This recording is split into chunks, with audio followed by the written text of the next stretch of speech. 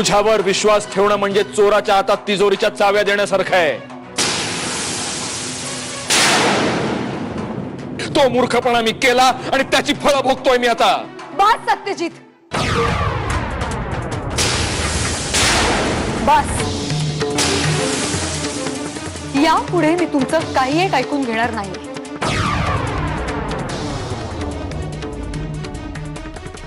लग्नापूर्वी वडिलांचा धाक आणि लग्नानंतर नवऱ्याची भीती।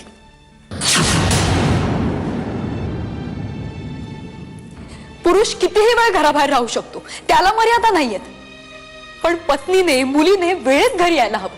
तिने मर्यादा पाळायला हव्यात। तिने जर मर्यादा पाळल्या नाहीत तर तुम्ही तिच्या चारित्र्यावर संशय घेणार आणि तुम्ही संशय नाही घेतला तर जग तुम्हाला घ्यायला भाग पाडणार। मुलगी कुठे जाते, कोणाला भेटते, काय करते, पुरुष फक्त आणि फक्त प्रश्न विचारणार आणि स्त्री तिने फक्त आरोपीच्या पिंजऱ्यात उभं राहून उत्तर देत राहायचं।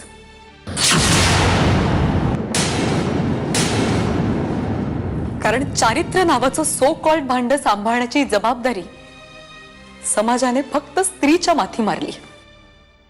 म्हणायला संसार दोघांचा, पण पुरुष मात्र या सगळ्या जबाबदाऱ्यातून मोकळा होणार, कारण त्याचं कामच आहे संशय घेणं, परीक्षा घेणं। आजकाल तर स्त्रीला जन्माआधीच परीक्षा भोगायला लागते, तेव्हा ही चारित्र्याची परीक्षा खूप साधी आहे सत्यजित। नाही,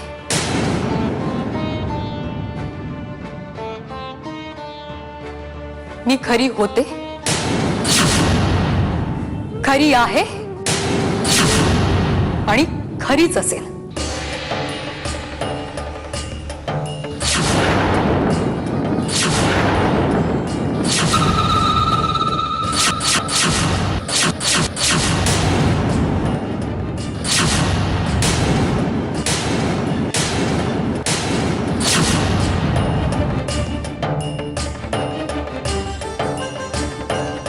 परीक्षा तुमची आहे। बरोबर आहे।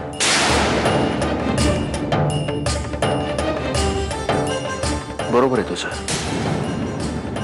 परीक्षा माझी आहे आणि मी पूर्ण तयारीनिशी या परीक्षेला उतरलोय।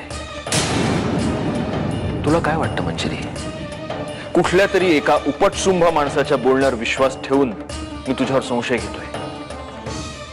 माझ्या नजरेत तुझी किंमत याहून खूप जास्त होती, पण किंमत तुला नव्हती।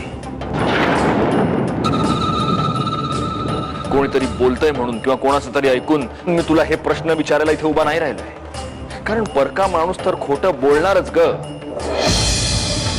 पण माझे डोळे माझ्याशी कधीही खोटं बोलत नाहीत।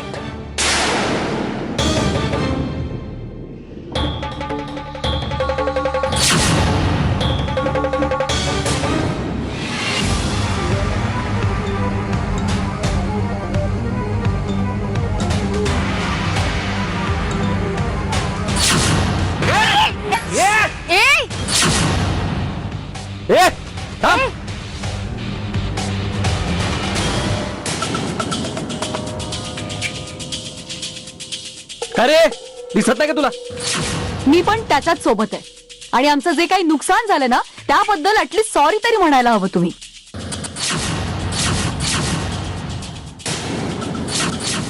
नुकसान भरपाई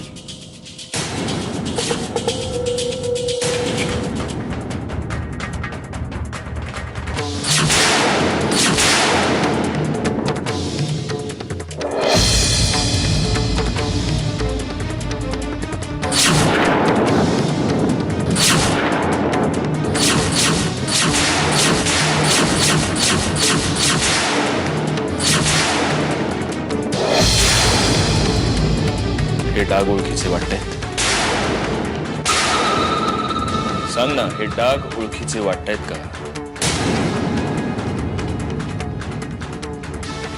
हे डाग मला एका मुलीने दिले। ती मुलगी एका मुलाबरोबर होती आणि तो मुलगा आशिष होता।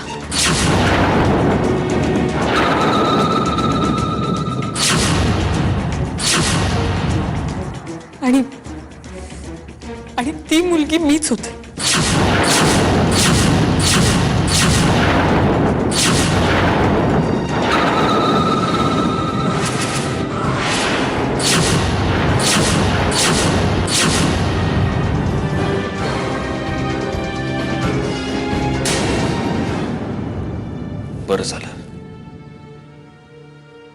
बरं झालं तू स्वतःच हे मान्य केलंस.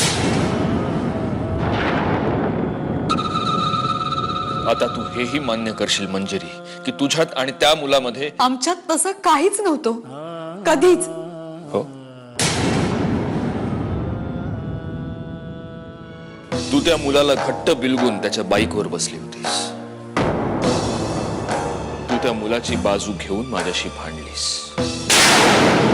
जेव्हा मी त्या मुलाच्या हातावर पैसे ठेवले तेव्हा तू तुझ्या हातांनी हे डाग माझ्या कोटवर लावलेस.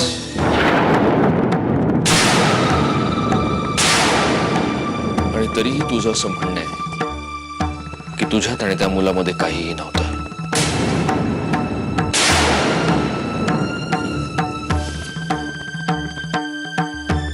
मी तुला गेले काही महिने ओळखतो मंजिरी. म्हणजे मला असं वाटत होतं की मी तुला ओळखतो. असो, तो मुद्दाच नाहीये. पण मला जेवढं माहितीये त्यात तू रस्त्याच्या मधोमध एखाद्या अनोळखी व्यक्तीशी इरेला पेटून भांडणारी मुलगी वाटत नाहीस.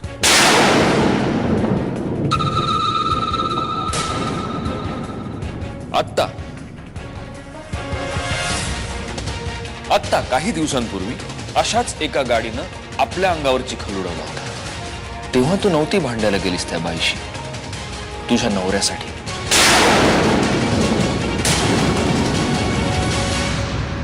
उलट त्यावेळेला तू अत्यंत समजुतीची भूमिका घेऊन तिला माफ केलंस. मग यावेळी असं वेगळं काय होतं मंजिरी? यावेळी वेगळं हे होतं की तुझ्या बरोबर तुझा आशिष होता.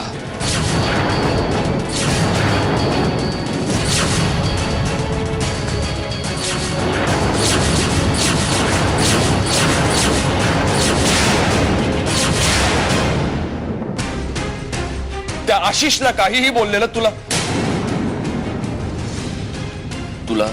सहन झालं नाही. आणि तरीही तुझं असं म्हणणं आहे की तुझ्यात आणि त्याच्यात असं काहीच नाही. हे बघा, तुम्ही जे बोलताय ते नाकारत नाहीये मी, पण त्यातून जो अर्थ तुम्ही काढताय ना तो चुकीचा आहे.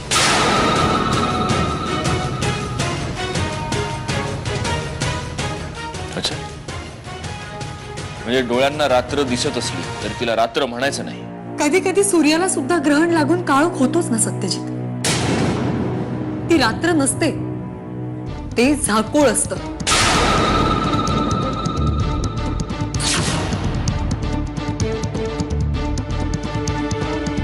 वा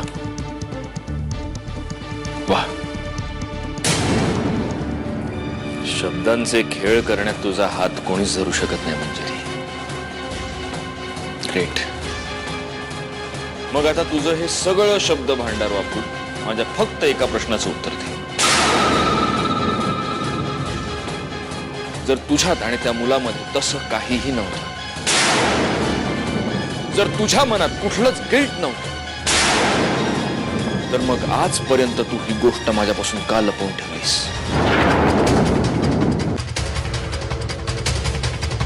की माझ्या कोटवर डाग लावणारी मुलगी तूच आहेस. आपल्यामध्ये हा विषय आजपर्यंत एकदा नाही, दोनदा नाही, अनेक वेळा झाले. तुझ्याकडे अनेक संधी होत्या मला खरं काय ते सांगून टाकण्याच्या, पण तू माझ्यापासून लपवत राहिलीस, मला फसवत राहिलीस. हे असं का केलंस तू मंजिरी? कारण मी माझ्या आईला वचन दिलं होतं की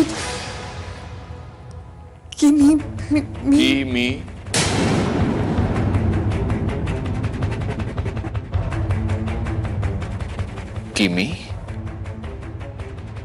मी माझ्या नवऱ्याशी खोटं बोलेन. माझ्या आणि आशिषच्या अफेअर बद्दल मी त्याला काहीही सांगणार नाही. पण तुझ्या आईचं बरोबर आहे मंजिरी.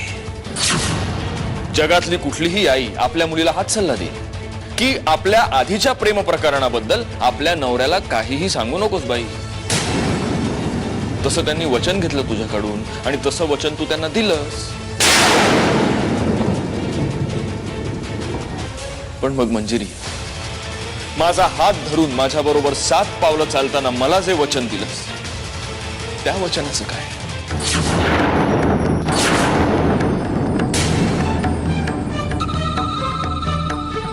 की ते वचन सुद्धा माझ्या इतकंच कवडी मोल होतं. तू म्हणतेस की ही माझ्या विश्वासाची अग्नी परीक्षा आहे. मग थोडासा विश्वास तू माझ्यावर का नाही दाखवलास?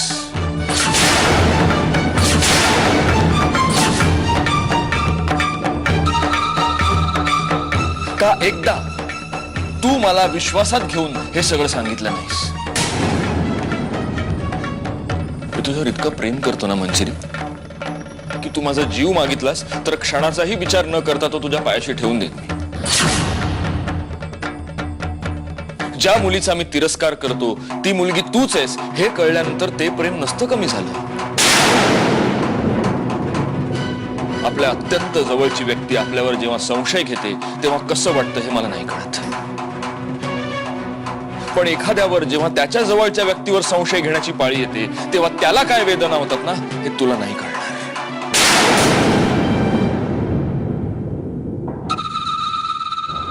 हो, नात्यामध्ये सगळ्यात मोठा विश्वास असतो पण तो असा मागून मिळत नाही, तो मिळवावा लागतो.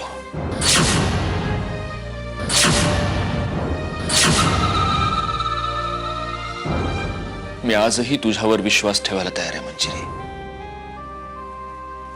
माझ्या डोळ्यांनी मी जे पाहिलं ते खोटं होतं, ते चुकीचं होतं ही स्वतःची समजूत घालायला मी तयार आहे. पण मी असं करावं यासाठी एक कारण मला दे, एक कारण.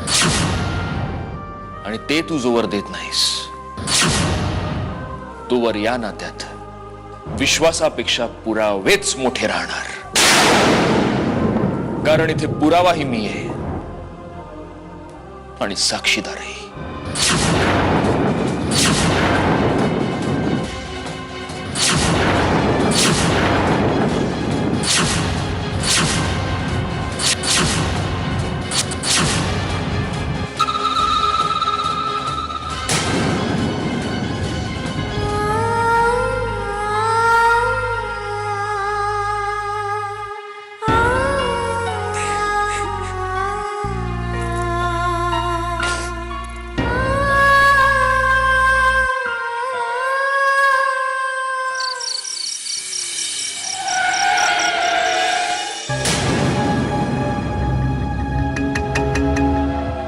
मस्त रंगला आज सकाळचा खेळ.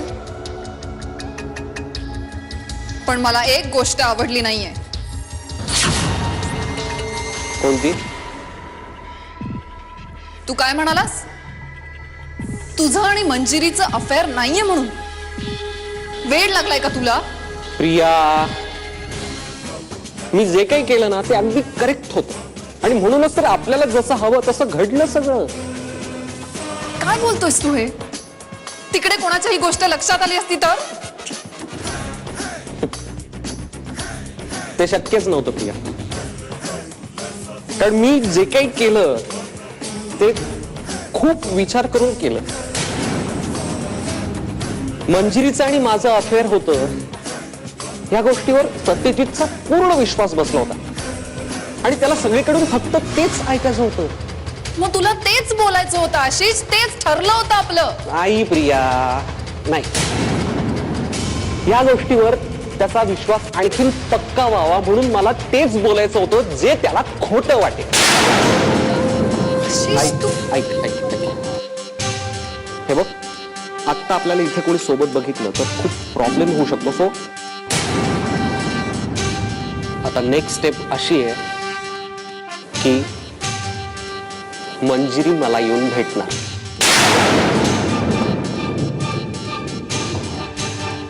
काय पर्यायच नाही ना तिच्या पुढे. आणि त्यावेळी तू सत्यजितला तिथे आणायचं. तसा प्लॅन होता का आपला? नव्हतं, मी ठरवलंय. इथे प्लॅन मी बनवतो. असं कुठे कायदा नाही लिहून ठेवलेला हो ना. जो शिकारीला आधी गन लोड करतो तो फायर करून मोकळाही होतो. आणि मला तुझ्यासाठी थांबण्यामध्ये काहीही इंटरेस्ट नाही. हे माझ्याशी असं बोलायचं नाही. का मी काय तुझ्या नावाचा गळ्यात पट्टा अडकवलाय हा? आणि तसंही मला तुझी काहीही गरज उरलेली नाही आता. चल. अजूनही सत्यजितला खरं काय ते सांगू शकते मी, कारण मला माहितीये तुझं आणि मंजिरीचं कधीही अफेअर नव्हतं. आणि हे सगळ्यात मोठं खरं आहे. ही गोष्ट जर सत्यजितला कळली तर तुझं काय होईल याचा विचार जरी तू केलास तरी तुझी वाट. आशिष,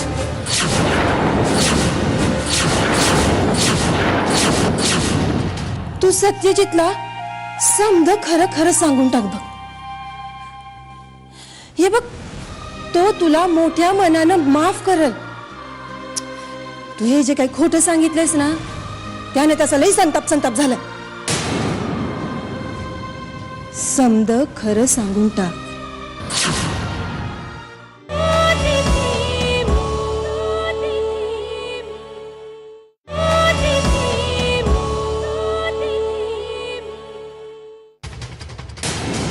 एक गोष्ट लक्षात घे,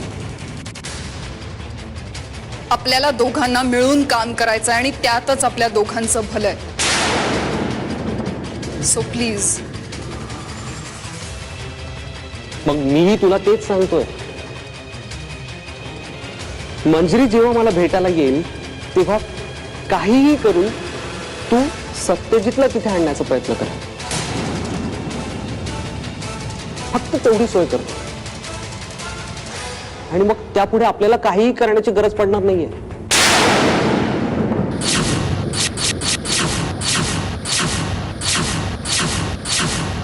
ओके.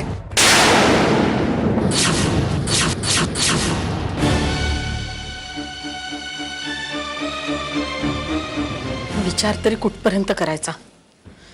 शेवटी सगळे विचार एकाच ठिकाणी येऊन थांबतात. वहिनी, आता तूच असं म्हणल्यावर आम्ही काय? यापूर्वी एकदा सत्यजितने मंजिरीवर संशय घेतला होता, पण तेव्हा मी मंजिरीच्या बाजूने उभी राहिले होते. सत्यजितला चुकीचं ठरवलं होतं. पण ह्या वेळेला आई अंबे, अगं वाटलं सुद्धा नाही की या घरात असं काही घडल म्हणून. मुधोळकरांच्या खानदानात पहिल्यांदाच असं काहीतरी घडतंय बघ. काय करावं काही सुचत नाहीये मला. म्हणजे मंजिरी खोटं बोलते याची खात्री आहे तुला? नाही नाही, मंजिरी खोटं बोलते असं मला नाही म्हणायचं, पण या वेळेला सत्यजितचं म्हणणं सुद्धा पूर्णपणे खोडून काढता येत नाहीये ना.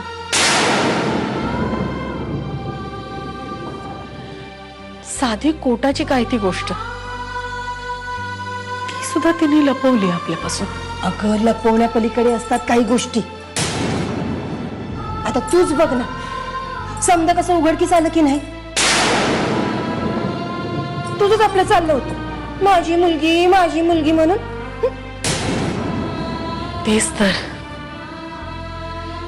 सत्यजितची भीती वाटत होती तर मला विश्वासात घेऊन सांगायचं. मी तर तिला माझ्या मुलीसारखीच मानत होते. तिच्या वडिलांनी लग्नासाठी घाई केली, एका शब्दानं आपल्याला काही सांगितलं नाही. जगजाहीरच व्हायला हवं होतं असं नाही, पण निदान त्यावेळेला आपल्याला विश्वासात घेऊन खाजगीमध्ये हे सांगता आलं असतं.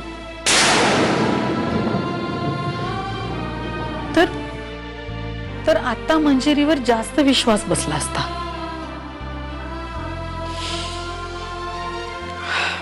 शांत हो वहिनी, शांत हो.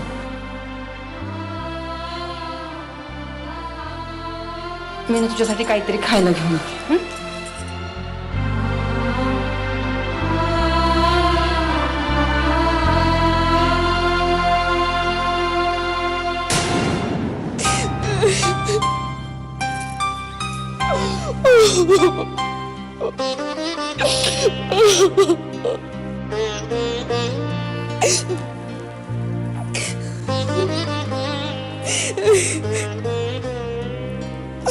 काय आहे? काय समजा ओढावून घेतलंस बाई? आत्या, नाही तर काय? घरात एक तरी माणूस सुखानं बसलाय का? नाही तो त्रास मागे लावून दिलायस. आत्या, आत्या, यात माझी काही चूक नाही हो. निदान तुम्ही तरी माझ्यावर विश्वास ठेवा प्लीज. अगं हे समजा तू आधी सांगितलं असतंस तर अशी विश्वासाची भीक मागावी लागली असती का? सांग ना. अगं सत्यजितला आणि आम्हाला बी तू पहिल्या लई आवडली होतीस बघ. आम्ही तर फायनलच केलेलं की तूच या घरची सून होणार. अगं पण तवाच तू हे समज 22 वार सांगितलं असतस तर तुला तुझ्या भूतकाळ सकट स्वीकारली असते की आम्ही. पण तू हे समज लपवलंस आणि बघितलंस ना काय खेळ होऊन बसलाय तो. आत्या, काय बोलताय तुम्ही? जी गोष्ट कधी घडलीच नाही ती मी का मान्य करायची आणि कशासाठी? तू अजूनही तुझा हे का सोडायला तयार नाहीस? हे बघ माझं ऐक. तू सत्यजितला समज खरं खरं सांगून टाक बघ. हे बघ तो तुला मोठ्या मनानं माफ करल. तू हे जे काही खोटं सांगितलंयस ना त्याने त्याचा लई संताप झाला. समद खरं सांगून टाक. हा एकच उपाय हाय, कळलं? बाकी तू तुझं बघ.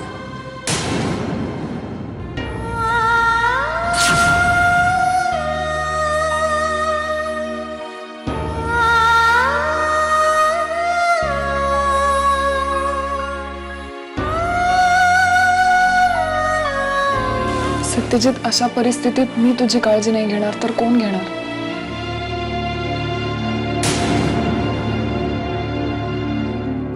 माझ्यात आणि मंजिरीमध्ये सध्या तणाव आहे.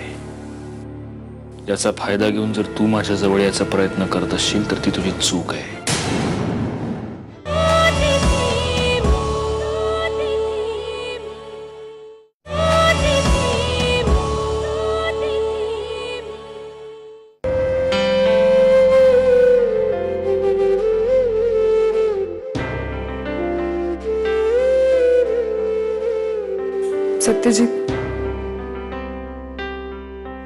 सत्यजित, असा स्वतःला त्रास करून काय उपयोग आहे? आपल्या जवळच्या माणसाने जरी आपल्याला या परिस्थितीत टाकलं असलं ना तरी आपल्याला जगणं सोडून चालतं का? नियती पुढे नाही धावू शकत रे आपण. मी तुझ्यासाठी जेवण आणलंय, प्लीज जेवून घे.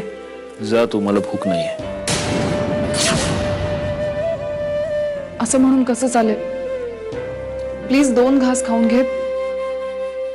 तू नाही जेवलास ना तर मी पण नाही जेवणार. तुला काय हवं ते कर.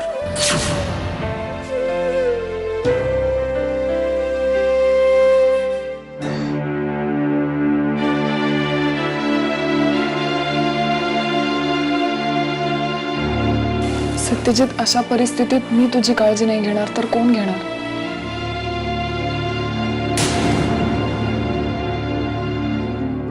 माझ्यात आणि मंजिरीमध्ये सध्या तणाव आहे.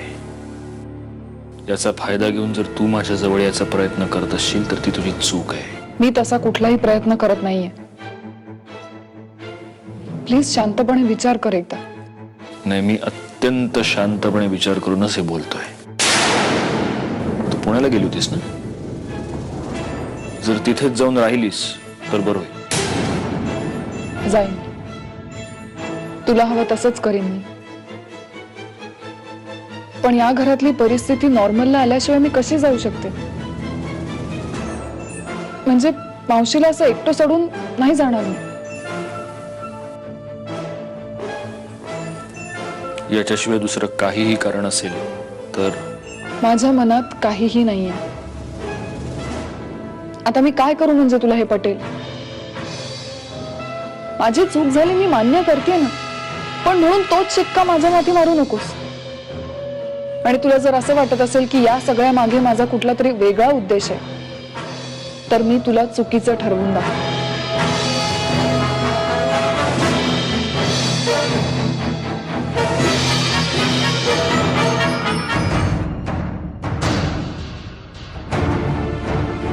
प्लीज खाऊन घे. तुझी मनापासून काळजी करणारी माणसं पण आहेत.